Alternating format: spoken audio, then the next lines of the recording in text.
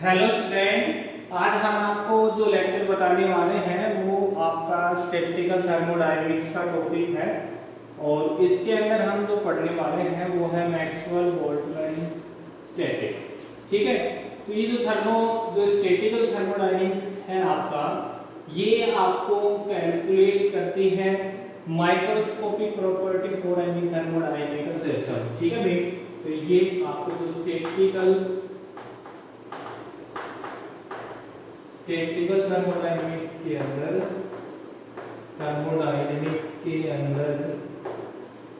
हम to calculate microscopic properties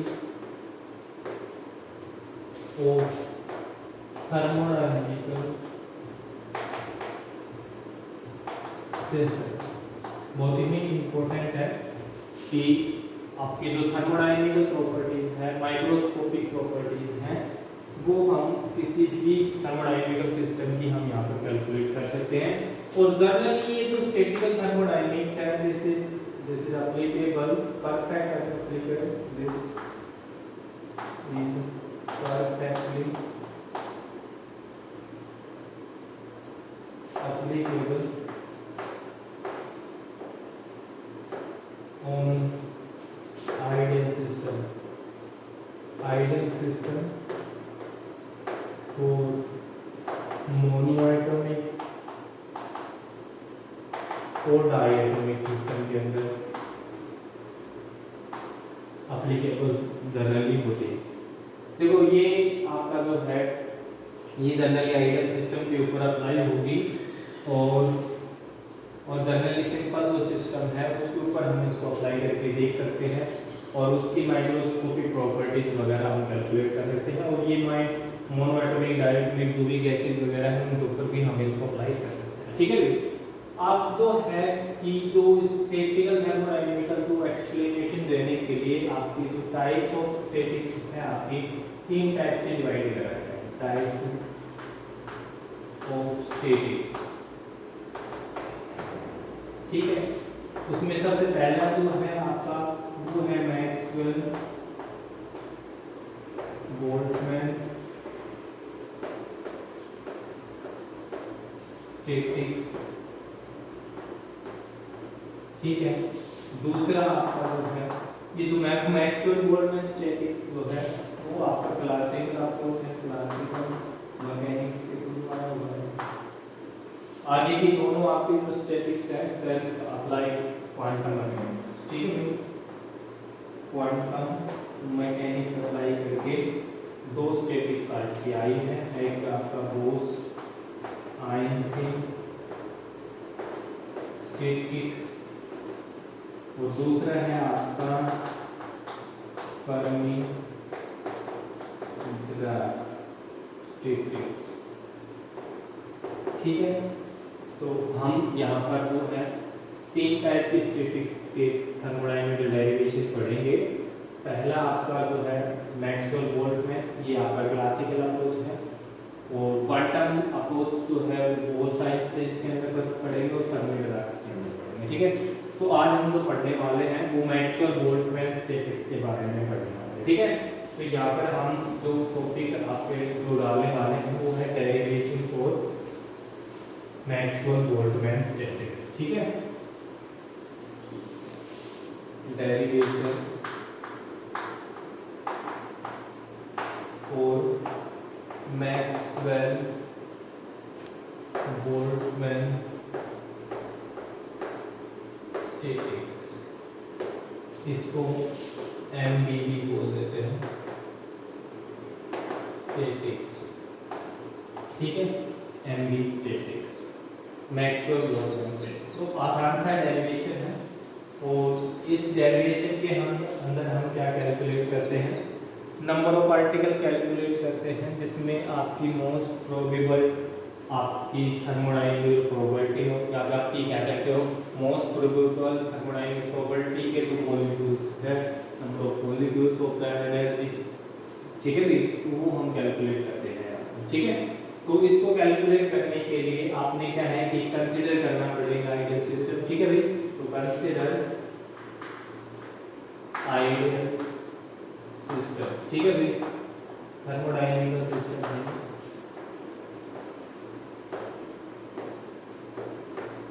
और उसमें आपका जो है टोटल जो है n इज द टोटल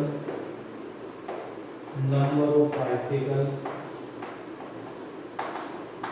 ठीक है भाई, n is the total number of particle है। और जो पार्टिकल की जो एनर्जी है, टोटल एनर्जी जो है वो उसको हम u से लिख रहे हैं, u is the total energy, ठीक है भाई, टोटल एनर्जी ऑफ पार्टिकल्स, ठीक है। जो भी पार्टिकल है सिस्टम के अंदर उनकी एनर्जी जो है वो u हम मान रहे हैं। अब देखो इसको समझने के लिए आप क्या कर रहे हैं कि जो भी आपके जो है मान लेते हैं आपके n पार्टिकल है कोई भी, तो यहाँ पर n आपके पार्टिकल है बहुत सारे, तो वो आपके जो एडजस्ट कर रहे हैं वो नंबर ऑफ एनर्जी लेवल के ऊपर एडजस्ट कर रहे हैं, ऐसे ही, ठीक है भाई। जो भी आपका सिस्टम है उसके अंदर बहुत सारे एनर्जी लेवल है, तो यहाँ से आपका ये एनर्जी लेवल 1 है, ये 2 है, ये 3 है, 4 है, 5 है, और ऐसे चलता होगा आपका ith एनर्जी लेवल की बात कर रहे हैं, ठीक है भाई, ith एनर्जी लेवल, ये आपका ith एनर्जी लेवल, समझ गए। तो ये सब कंसीडरेशन चल रहा है कि भाई ith एनर्जी लेवल है आपके उस सिस्टम के अंदर, और यहाँ पर जो आपका जो एनर्जी लेवल कास्ट है उसमें नंबर ऑफ पार्टिकल जो है वो n1 है, इस तरह से यहाँ पर n2 पार्टिकल है, यहाँ पर n3 पार्टिकल है, n4, n5 और इस तरह से ni नंबर ऑफ पार्टिकल्स है, ठीक है भाई। तो यहाँ पर ये कंसीडर है, कंसीडर, ठीक है भाई, 1 2 3 and so on, ith number of या ith जो है वो नंबर ऑफ एनर्जी लेवल, ठीक है भाई, एनर्जी लेवल्स, एनर्जी लेवल्स आपके एनर्जी लेवल्स, और n1 n2 n3 and so on, ni is the number of particle in corresponding energy levels, ठीक है भाई, एनर्जी लेवल्स। तो ये corresponding एनर्जी लेवल का मतलब है कि भाई आपका पहला लेवल है तो उसमें n1 है, सेकंड है तो n2 है, ऐसा है, ठीक है भाई। तो इस तरह से हमने डिवाइड कर दी कि भाई इसमें आपके मान लेते हैं 2 पार्टिकल है, इसमें आपके 3 पार्टिकल है, इसमें 5 भी हो सकते हैं, 2 भी हो सकते हैं, n 2 भी है, ठीक है भाई। तो यहाँ पर जनरलाइजेशन कर दिया गया है कि यहाँ पर n1 पार्टिकल है, यहाँ पर n2 है, ठीक है भाई। और इसके बाद क्या है कि यहाँ पर हम एक और टर्म यहाँ पर डिस्कस करने वाले हैं, वो है आपकी कि भाई इस एनर्जी ले जो आपका ये जो लेवल है उसकी एनर्जी जो है उसको हम ई एप्सिलॉन 1 कंसीडर कर रहे हैं, इसकी एनर्जी जो है एप्सिलॉन 2, इसकी एनर्जी एप्सिलॉन 3, एप्सिलॉन 4, एप्सिलॉन 5, और यहाँ पर ith है तो ये एप्सिलॉन i, ठीक है भाई, n, और यहाँ पर हम ये लिखेंगे e1 e2 e3 and ei या epsilon i is the energy of corresponding energy state, ठीक है भाई, energy state, corresponding energy state जो भी है उसकी एनर्जी है आपकी, ठीक है भाई। ये बात आपको समझ गए। इसके बाद हम एक और बात यहाँ पर लास्ट में डिस्कस करेंगे कि यहाँ पर ये जो एनर्जी लेवल है उसकी जो डीजनरेसी है, डीजनरेसी का मतलब है कि भाई ऐसे बहुत सारे लेवल्स हैं आपके, ये समझो, ठीक है, ये समझे कि भाई इस एनर्जी का जो है एक लेवल ये है, एक ये भी है, एक और भी एनर्जी लेवल है, ठीक है भाई। इस तरह से बहुत सारे आपके एनर्जी के लेवल हैं, ये इस तरह से ये भी आपका एनर्जी लेवल है वो डीजनरेट स्टेट के अंदर मिलेंगे इस तरह से, ठीक है भाई। तो यहाँ पर हम ये कंसीडर कर रहे हैं कि ये हर एक एनर्जी लेवल जो है, सभी एनर्जी लेवल है उसमें कुछ आपके जो डीजनरेट स्टेट के अंदर कंसीडर कर रहे हैं, ठीक है भाई। तो यहाँ पर एक और बात यहाँ पर कंसीडर करनी पड़ेगी हमें यहाँ पर, और वो ये है कि भाई इस स्टेट का जो डीजनरेसी है वो आपकी G1 मान रहे हैं, इसकी G2 है, इसकी G3 है, इसकी G4 और G5 and so on and Gi, ठीक है भाई।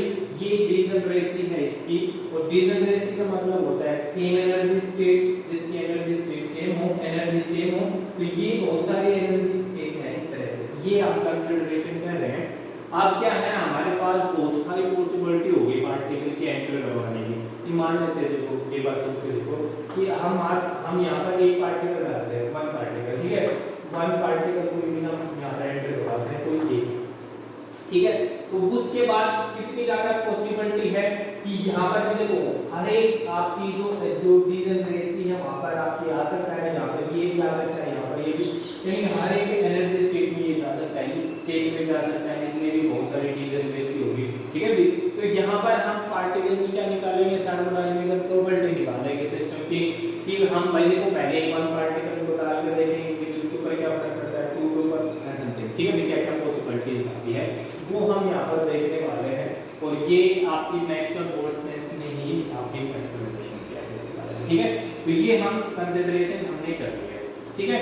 इसके बाद यहाँ पर देखो क्या है कि अकॉर्डिंग टू मैक्सवेल बोल्ट्जमैन जो थर्मोडायनामिक प्रॉपर्टी होगी आपकी यहाँ की, देखो यहाँ पर मान लेते हैं कि भाई आपकी जो है, ये बात तो आपने याद रखनी है, ठीक है।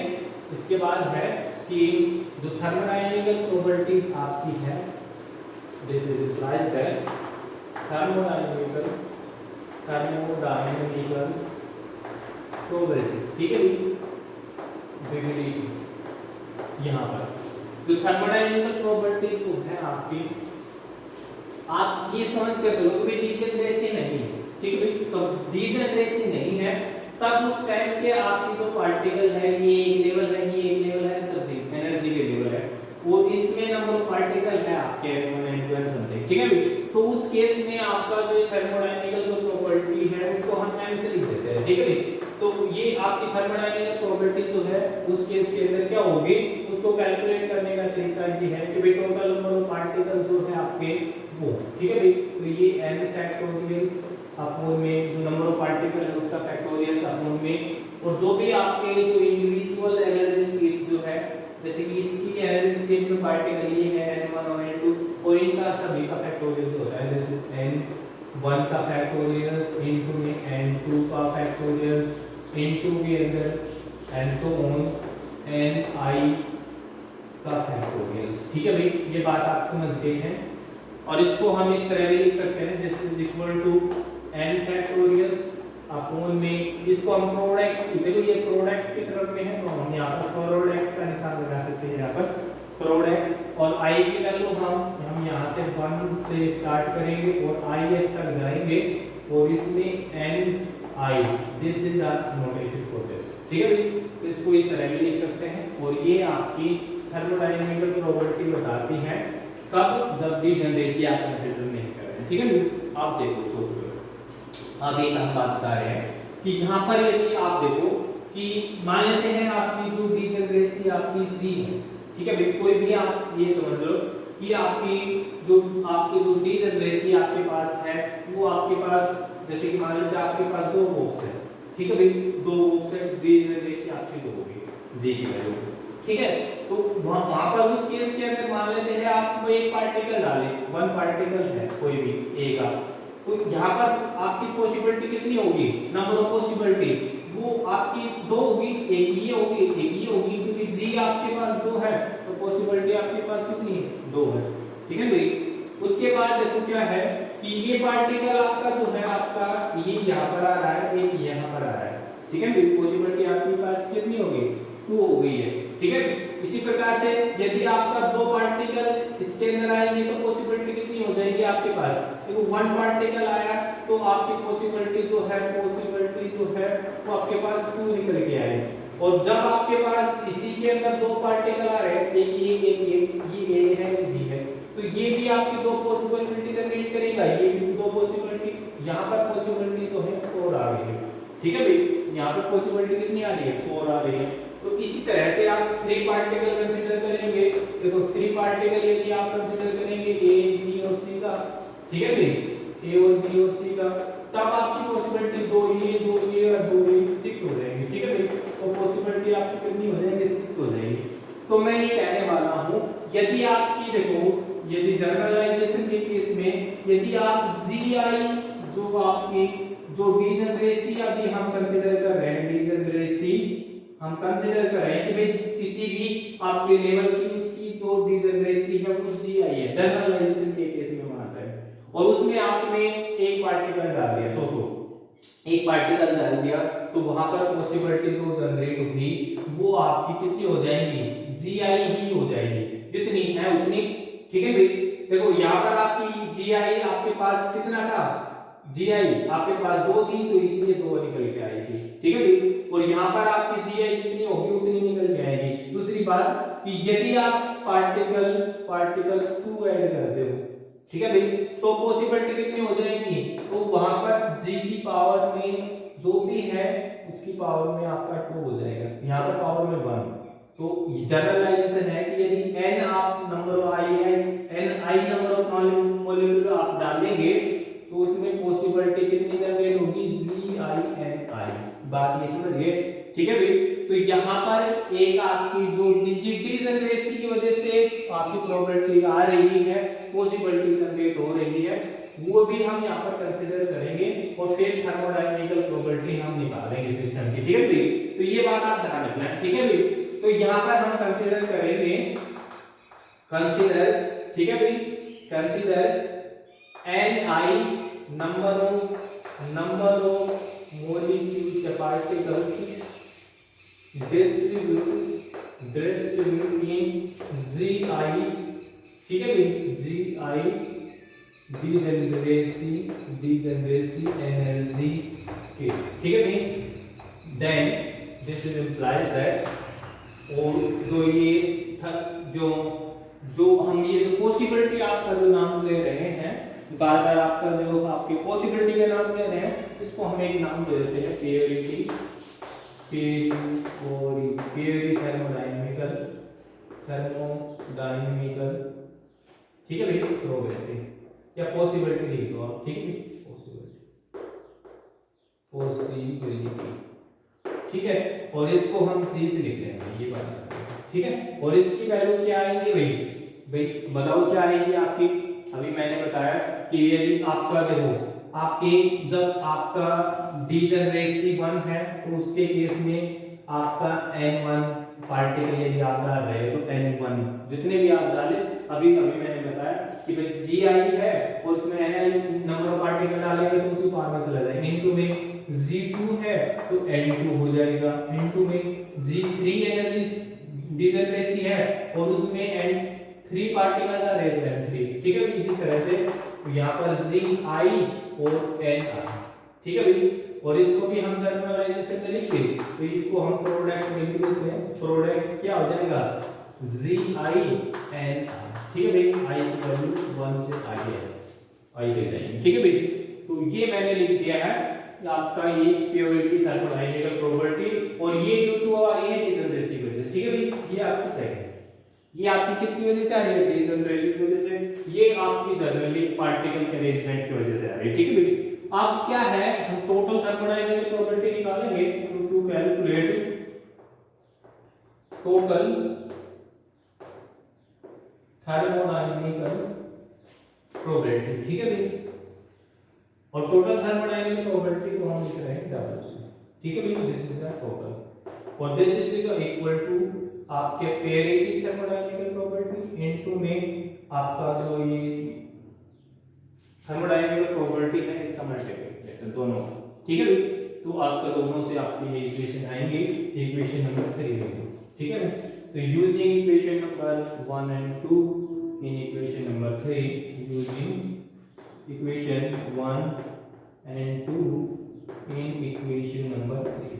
ठीक है, तो यहाँ पर आपका यहाँ पर लिख देते हैं, चलो यहाँ पर आपका जो W आएगा टोटल में, दिस इज इक्वल टू, देखो आपका n फैक्टोरियल तो है यहाँ पर, देखिए यहाँ पर है। ठीक है, नीचे आपका जो है वो प्रोडक्ट में Ni है। ठीक है भाई, Ni आपका, और यहाँ पर फैक्टोरियल जरूरी है क्योंकि यहाँ पर सभी में फैक्टोरियल लग रहा है, तो ये जैसे का फैक्टोरियल। ठीक है भाई, तो ये फैक्टोरियल्स है आपका, और इनटू के अंदर ये जो G वाला फैक्टर है वो क्या है आपका, प्रोडक्ट ऑफ GINI, ठीक है भाई, ऊपर NI, this is the product of GN, ठीक है। दिस इज इम्प्लाइज दैट, आप क्या है कि हम इन दोनों को कंबाइन करके इसकी अच्छी तरह से इसके फॉर्म में लिखते हैं कि आपको जो याद रखना है, ठीक है भाई। और दिस इज इम्प्लाइज दैट कि थर्मोडायनेमिकल प्रोबेबिलिटी जो टोटल होगी this is equal to n factorials into के अंदर प्रोडक्ट को कॉमन ले रहा हूं, सॉरी दोनों में प्रोडक्ट बना रहा हूं, और ये आपका GINI आपको उनमें क्या हो जाएगा NI और फैक्टोरियल्स, ठीक है भाई, this is the NI factorial. तो ये आपकी वैल्यू है, यहाँ पर जो है I की वैल्यू 1 से I तक चलेंगे भाई, ठीक है। तो ये आपकी एनालिसिस स्टेट का, ठीक है। तो ये आपकी थर्मोडायनेमिकल प्रॉपर्टी आ गई है। इस इक्वेशन को आप इक्वेशन नंबर 4 कंटिन्यू रखेंगे, जो भी आपकी इक्वेशन है, ठीक है। आप देखो, आपके पास थर्मोडायनेमिकल प्रोबेबिलिटी आ गई है, टोटल थर्मोडायनेमिकल प्रोबेबिलिटी। अब क्या है, हम जो निकालने वाले हैं वो आपका number of particle in most probable state, यानी कि जो आपकी जो एनालिसिस स्टेट है मोस्ट प्रोबेबल स्टेट में जो नंबर ऑफ पार्टिकल्स हैं वो हम यहाँ पर निकालेंगे, और उसको निकालने के लिए आपकी मोस्ट प्रोबेबल स्टेट की जो आपकी जो कंडीशन है वो यहाँ पर यूज करनी पड़ेगी, और मोस्ट यानी मैक्सिमम जो कंडीशन है मैक्सिमम आपकी थर्मोडायनेमिकल प्रोबेबिलिटी की, और उसकी यहाँ पर यूज करेंगे। किसी की भी जनरली कोई मान लेते हैं कि कोई Fy इक्वल टू आपका मान लेते हैं कुछ भी है देन 3y एंड समथिंग, तो यदि ये मैक्सिमम है तो हम इसको चेंज और y लिखकर इसकी वैल्यू को 0 अप्रोच करवाते हैं, ये मेथड होता है मैथ में, ठीक है। वही मेथड यहाँ पर भी हम यूज करेंगे, तो यूजिंग, ठीक है, उसको यूज करने से पहले आपका जो थर्मोडायनेमिकल प्रोबेबिलिटी है इससे हम क्या कैलकुलेट कर सकते हैं, तो वो हम यहाँ पर एक टर्म लिख सकते हैं यहाँ पर, तो by using statistics thermodynamics entropy of system is related to thermodynamical probability, ठीक है भाई। और ये जो इक्वेशन आपके रिलेट करती है तो by using Boltzmann distribution, Boltzmann law, ठीक है। बोल्ट्जमैन लॉ का यूज करेंगे हम यहाँ पर,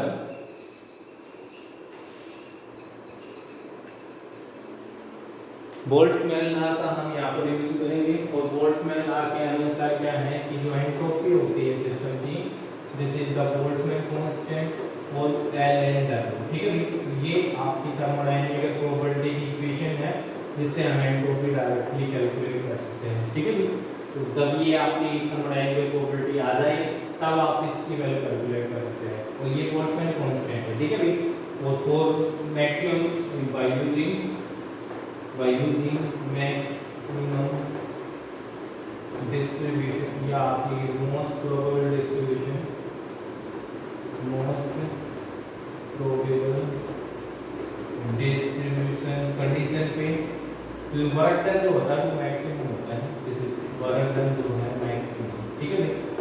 W is equal to maximum, तो यहाँ पर K L and W maximum हो जाएंगे, और ये जो W मैक्सिमम है वो हम यहाँ पर कैलकुलेट करेंगे कि कैसे के पास W मैक्सिमम है, ठीक है।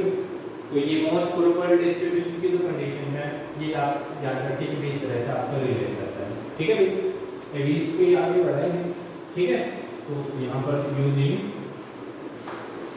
मोस्ट प्रोबेबल डिस्ट्रीब्यूशन कंडीशन, ठीक है।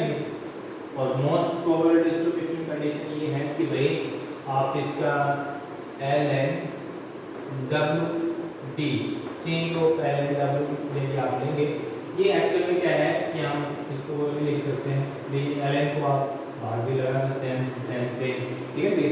ऑटोमेटिकली वो यही है, ठीक है भाई। तो चेंज ऑफ W में मतलब है दिस इज इक्वल टू 0, ठीक है भाई। ये मोस्ट प्रोबेबल कंडीशन है, ये आपने याद रखनी है एट दिस कंडीशन। और इस कंडीशन को बनाने के लिए आपको जो रिक्वायरमेंट यहाँ पर चाहिए वो यहाँ पर यूज करना है, तो इसको बनाने के लिए हमें इसके ऊपर Ln अप्लाई करना पड़ेगा, तो वो हम इसको बना रहे हैं ऐसे ठीक है भाई। तो applying ln in both side in equation number 4 equation का हम ln ले सकते हैं, ठीक है भाई। तो जैसे आप ln लेंगे ln w, ठीक है भाई, दिस इज इक्वल टू यहाँ पर देखो ln n फैक्टोरियल हो जाएगा। ln की जो प्रॉपर्टीज है ये होती है ना भाई, ln जब आप लेते हैं तो यदि x into y है तो this is ln x minus में है और प्लस में ln y हो जाता है। तो ln y x y y होता है x y y, तो this is ln x minus में ln y हो जाता है। तो यदि ln x की पावर x हो तो वहाँ पर x ln x हो जाता है। ये बात आपने याद रखनी है, ठीक है। तो ये मैथमेटिक्स का रूल है तो आपने यहाँ पर यूज करना है, ठीक है भाई। तो यहाँ पर देखो आपके 2 नंबर प्रोडक्ट के अंदर है, तो प्रोडक्ट के अंदर हो तो प्लस साइन के साथ खुलते हैं तो रूल के अनुसार। तो वही कर रहे हैं कि देखिए ये नंबर और जो एक प्रोडक्ट था उसको प्लस साइन बना दिया, ठीक है भाई। आप ये जो प्रोडक्ट है देखो, आप सोच के देखो कि यदि ln x y into z into p क्या हो, जो भी आपकी जो टर्म में है, जो भी आएगी सभी टर्म में, सभी प्रोडक्ट वाली जो टर्म में है वो सब आपका जो ln x प्लस में ln y प्लस में ln p ln क्या हो, वो सारा जो भी आपके सर्कल में है सारा प्लस साइन लग जाएगा, यानी प्लस बन जाएगा सारा प्रोडक्ट का, ठीक है भाई। तो ये ln की प्रॉपर्टी है, ये जो प्रोडक्ट है वो प्लस बनने वाला है, समझ गए भाई। तो प्लस और समेशन प्लस को नोटेशन करती है, ये बात ये जा रहा है समेशन प्लस को, ठीक है। और ये जो ऊपर वाला नंबर है उसको हम zi ni लिख रहे हैं ऐसा कैसा, और जो ये नीचे वाला नंबर है इसको माइनस साइन के साथ लिख रहा हूं समेशन लगा के। और आपने क्या कर दिया यहाँ पर देखो, यहाँ पर ln भी आपने लगाना है तो यहाँ पर ln भी लगा दिया मैंने, यहाँ पर दिस इज ln, ठीक है ln। और यहाँ पर भी ऐसे ही लगेगा ln ni फैक्टोरियल्स, ठीक है भाई, ln ni फैक्टोरियल्स, ठीक है। तो ये मैंने आपका अप्लाई कर दिया है। ये समेशन में आपको पता चला कैसे कन्वर्ट होगा, क्योंकि प्रोडक्ट आपका समेशन में कन्वर्ट होगा और ये दोनों नंबर है ये माइनस साइन के साथ खुलेंगे, मैं बता चुका हूँ आपको, ठीक है भाई। एक इसके बाद क्या है कि आपकी ये जो कंडीशन आ रही है इसके अंदर हम क्या करेंगे, देखो इसको और हम इसको थोड़ा सा अरेंजमेंट करके लेते हैं। ln w this is equal to ln n factorial, ये सही है, प्लस में यहाँ पर देखो ये ln है, इसकी प्रॉपर्टी है आपकी अभी मैंने लिखी है, दिस इज आपकी ni आगे आ जाएगा ln zi, ठीक है भाई, zi माइनस में summation i equal to 1 ln ni factorial, ठीक है भाई, ये ni फैक्टोरियल है, ये इक्वेशन नंबर 6 है, ठीक है भाई। ये इक्वेशन नंबर आपकी क्या है 6 है। तो ये आपने याद रखनी है। आप देखो अब क्या है कि आपका इसको सोल्व करना है फैक्टोरियल की वैल्यू को, और फैक्टोरियल की वैल्यू को सोल्व करने के लिए डायरेक्टली हम क्या अप्लाई करते हैं, स्टेलिंग अप्रोक्सीमेशन अप्लाई करते हैं इसको सिंपलीफाई करने के लिए। तो यहाँ पर Stirling by applying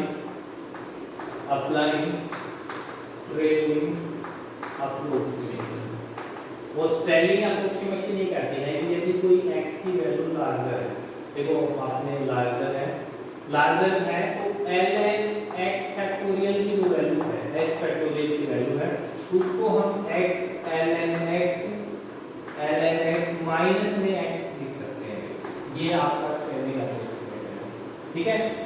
x ln x minus में x, ये बात है आपके अप्रोक्सीमेशन। ये कब है जब x लार्जर है। तो यहाँ पर आप ये कंसीडर कर ले भाई ये पार्टिकल का जो नंबर ऑफ पार्टिकल है वो लार्जर है देन, ठीक है भाई। तो यहाँ पर this is apply on Stirling approximation, this is apply रहते हैं, ठीक है। तो ये देखो पूरी तरह तो ln w ऐसा कैसा रह जाएगा, इसमें कोई चीज नहीं आएगा क्योंकि यहाँ फैक्टोरियल नहीं, तो यहाँ पर देखो फैक्टोरियल से n के साथ में फैक्टोरियल, तो लगाए फार्मूला कि n ln n, ठीक है भाई, माइनस में n, ये कोई समझ में आया आपको, दिस इज माइनस में n, ठीक है।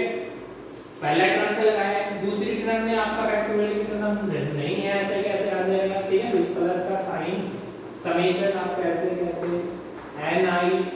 ln, ठीक है भाई, ni ln और zi, ठीक है भाई, ये ऐसे कैसे लिख दिया मैंने, माइनस का साइन यहाँ पर भी फैक्टोरियल है तो यहाँ पर भी आपको खुलेगा माइनस का साइन समेशन ऐसे कैसे ni देखो आगे ln ni और माइनस का ni, ठीक है भाई, यही होगा इस तरह से, ठीक है।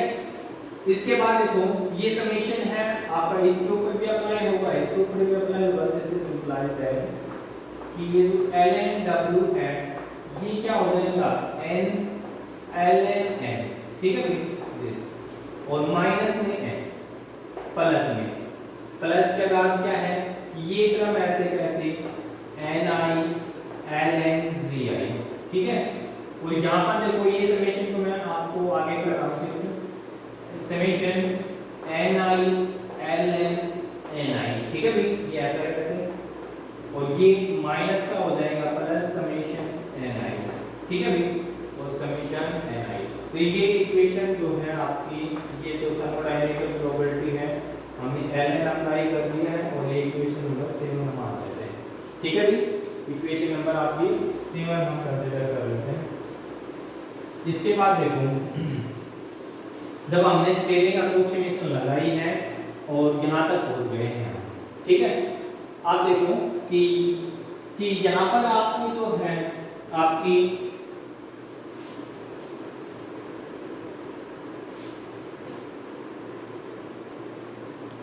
यदि आपका मान लेते हैं कि if consider close system, close system का मतलब ये है कि यहाँ पर पार्टिकल की जो नंबर ऑफ पार्टिकल है उसको फिक्स करो और आपके जो एनर्जी है उनकी पार्टिकल की वो भी फिक्स करनी है, बस ये आपके हैं। तो for close system two condition होती है, टू कंडीशन आती है, ठीक है भाई।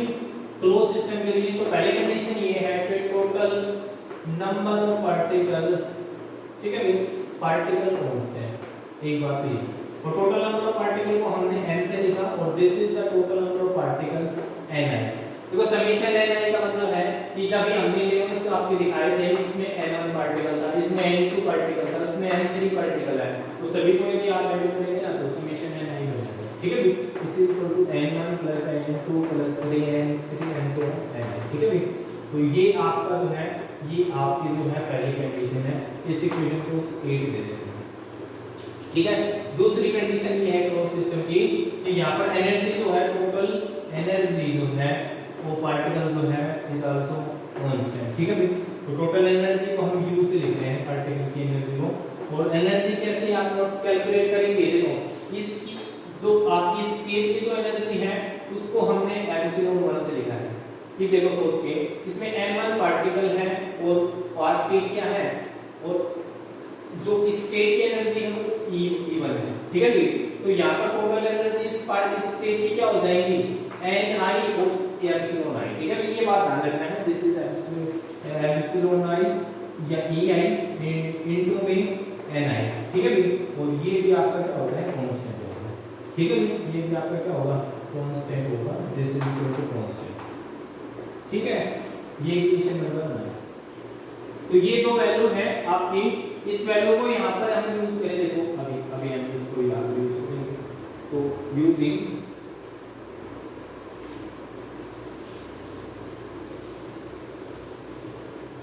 यहाँ पर यूजिंग इक्वेशन नंबर 7, ठीक है भाई, जैसे इम्प्लाइड है ln वैल्यू, यहाँ पर n ln n आ जाएगा, ऐसा कैसे, यहाँ पर माइनस का n प्लस में, और यहाँ पर क्या है आपका समेशन ni ln zi, ऐसे कैसे, ठीक है भाई, माइनस का summation ni ln ni plus में यहाँ पर n, तो ये n से n कैंसिल आउट हो जाएगा, ये मैं कहने वाला, ठीक है भाई, n से n कैंसिल आउट होगा, तो this is implied that ln w आपके पास क्या हो जाएगा n ln n, ठीक है, और माइनस का प्लस आपका ni ln zi, ठीक है, तो माइनस का आपके पास ये आपके पास बच गया है ni ln n, ठीक है। अब क्या है ये जो इक्वेशन है ये इक्वेशन नंबर 9 है, ठीक है, 9 है 10 इसके बाद हम क्या है कि इस इक्वेशन पे हमें देखो चेंज ऑफ W को कैलकुलेट करना है, हमने मैक्सिमम कंडीशन की आपकी यहाँ पर यूज करना है, तो आपको टेकिंग डिफरेंशिएशन बोथ साइड, दोनों की तरफ आप डिफरेंशिएशन करेंगे तो d ln w हो जाएगा। यहाँ पर पूरी तरफ डिफरेंशिएशन करेंगे तो देखो ये 4 यहाँ पर n और gi कांस्टेंट, ये बात आपने मान ली है, n और gi कांस्टेंट, अभी पहली टर्म जो है वो 0 हो जाएंगे क्योंकि सारे के सारे कांस्टेंट है, कांस्टेंट का डिफरेंशिएशन 0। यहाँ पर gi की कांस्टेंट है तो ये समेशन ये ln gi तो आगे कांस्टेंट है और ये dni हो जाएगा, ठीक है भाई, ये dni। और आपके पास यहाँ पर आप यहाँ पर डिफरेंशिएशन लगाएंगे तो यहाँ पर p से जुड़ेगा तो ये ni d ln ni, ठीक है भाई, ये d ln ni है माइनस में, और यहाँ पर समेशन है ये ln ni आपका होगा और इनटू में d ni, u और v आपका कॉलम है, ठीक है भाई। तो ये मैंने डिफरेंशिएशन कर दिया है आपका ये इस तरह से, ठीक है भाई। और इसके बाद देखो डिफरेंशिएशन आपके पास होने के बाद, डिफरेंशिएशन आपके पास हो गया है, और इसके बाद क्या है कि हमें ये पता है कि आपकी जो ये वैल्यू है दिस इज इंप्लाइड दैट